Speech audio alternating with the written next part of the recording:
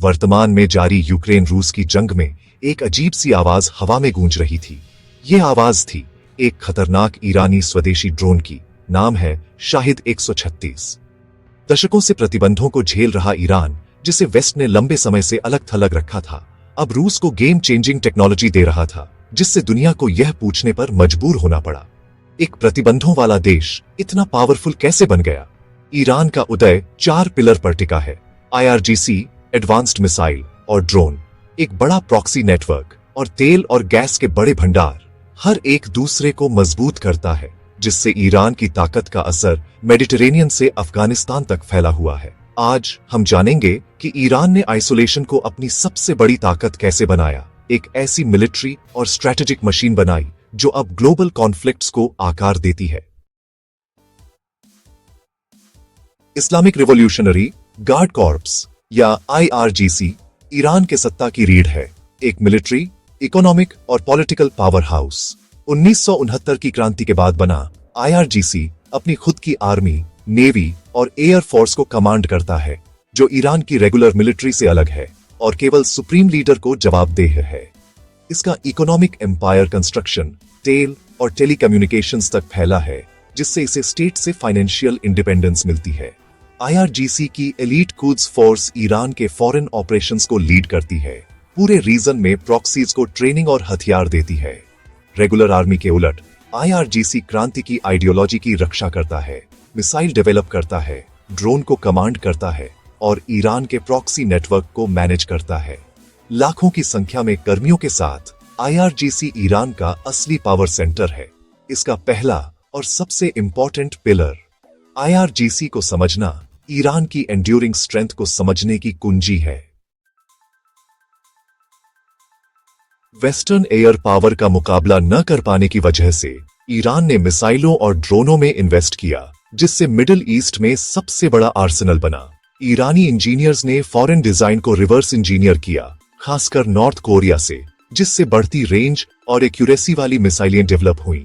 Shahid 136 drone, सस्ते और घातक, ने वर्तमान में आधुनिक युद्ध को बदल दिया है। यूक्रेन में टेस्ट किए गए, उन्होंने अपनी वैल्यू और अडेप्टेबिलिटी साबित की है। रूस को सप्लाई करके ईरान एक सुपर पावर का एक महत्वपूर्ण हथियार प्रोवाइडर बन गया, जिससे उसे युद्ध के मैदान का डेटा और ग्लोबल इन्फ्लुएंस मिला। यह हथियार वह हमलों को रोकता है। ईरान पर कोई भी हमला मिसाइलों और ड्रोनों के झुंड को ट्रिगर कर सकता है, जिससे इस क्षेत्र का मिलिट्री बैलेंस मौलिक रूप से बदल जाएगा। मिडिल ईस्ट का हवाई क्षेत्र अब सिर्फ US और इजराइल का नहीं है। ईरान की पहुंच अब एक लगातार अप्रत्याशित खतरा है। ईरान का मिसाइल और ड्रोन प्रोग्राम उसकी शक्ति का दूसरा पिलर है। ईरान का तीसरा पिलर उसके प्रॉक्सी का नेटवर्क है, रेसिस्टेंस का एक्सेस, जो लेबनान, यमन, इराक और सीरिया तक फैला है। हिजबुल्लाह, हौथी और शिया मिलिशिया जैसे ग्रुप ईरान की अदृश्य सेना के रूप में काम करते हैं, प्रॉक्सी युद्ध लड़ते हैं और तेहरान की पहुंच को अपनी सीमाओं से बहुत आगे तक फैलाते हैं। ईरान इन ग्रुप्स को हथियार, ट्रेनिंग और फंडिंग देता है, जिससे एक अस्वीकार्य लेकिन शक्तिशाली सप्लाई चेन बनती है। यह नेटवर्क ईरान पर हमलों को बहुमोर्चे जवाबी कार्रवाई की धमकी देकर रोकता है और इजराइल और US जैसे विरोधियों को अस्थिर रखता है। प्रॉक्सी ग्लोबल ट्रेड को बाधित करते हैं, वेस्टर्न इंटरेस्ट्स को चुनौती देते हैं और ईरान को कम लागत पर रणनीतिक गहराई देते हैं।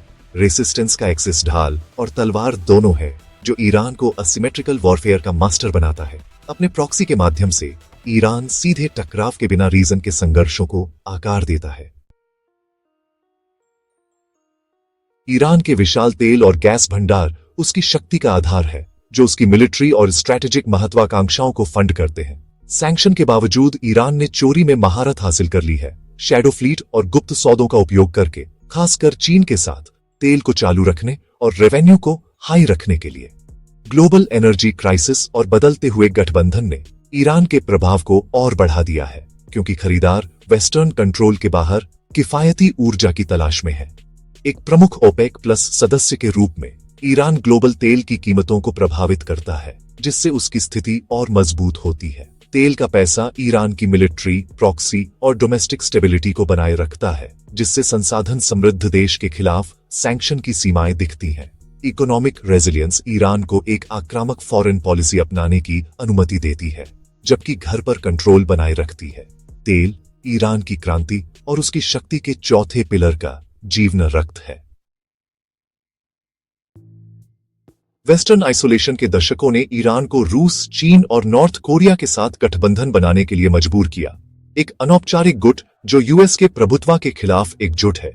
ईरान रूस को ड्रोन और मिसाइल सप्लाई करता है, बदले में डिप्लोमेटिक कवर और मिलिट्री टेक्नोलॉजी प्राप्त करता है।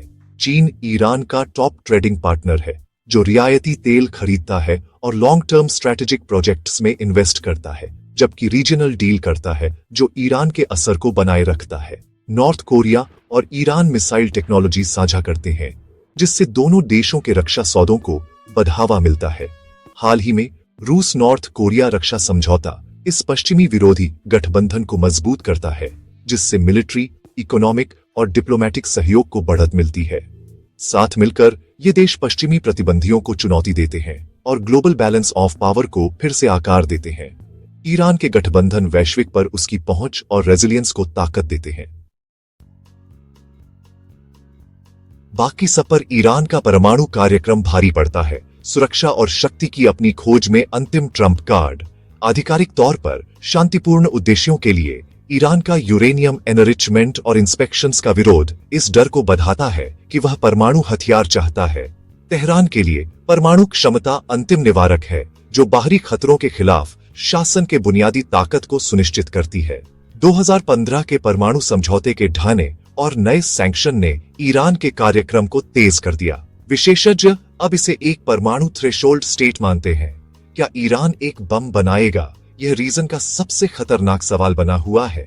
इजराइल के लिए एक रेड लाइन और युद्ध का संभावित ट्रिगर। परमाणु छाया दुनिया को किनारे पर रखती है, जिससे ईरान का अगला कदम अप्रत्याशित हो जाता है। 2025 में ईरान बदल गया है, आइसोलेशन को ताकत में बदल रहा है और कमजोरी को स्ट्रैटेजिक एडवांटेज में। उसके 4 पिलर IRGC, मिसाइल और ड्रोन, प्रॉक्सी और टेल पहले से कहीं ज्यादा मजबूत हैं, शक्तिशाली गठबंधनों और एक उभरती परमाणु क्षमता द्वारा समर्थित है। ईरान अब सिर्फ प्रतिक्रिया नहीं दे रहा है, वह ग्लोबल घटनाओं को आकार दे रहा है, हर मोड़ पर वेस्ट को चुनौती दे रहा है। फिर भी यह रास्ता जोखिम भरा है। लगातार तनाव एक विनाशकारी युद्ध को भड़का सकता है और इंटरनल अशांति लॉन्ग टर्म स्टेबिलिटी को खतरा देती है। दुनिया एक दुविधा का सामना कर रही है। दबाव ने ईरान को मजबूत बनाया है, लेकिन तुष्टीकरण इसे और भी मजबूत करने का जोखिम पैदा करता है। जैसे जैसे ईरान अपनी शक्ति का जाल गहराता है, रीजन और दुनिया के लिए दानव ऊंचे होते जाते हैं। ईरान के उदय की कहानी अभी खत्म नहीं हुई है। इसका अगला अध्याय कल की सुर्खियों में लिखा जाएगा।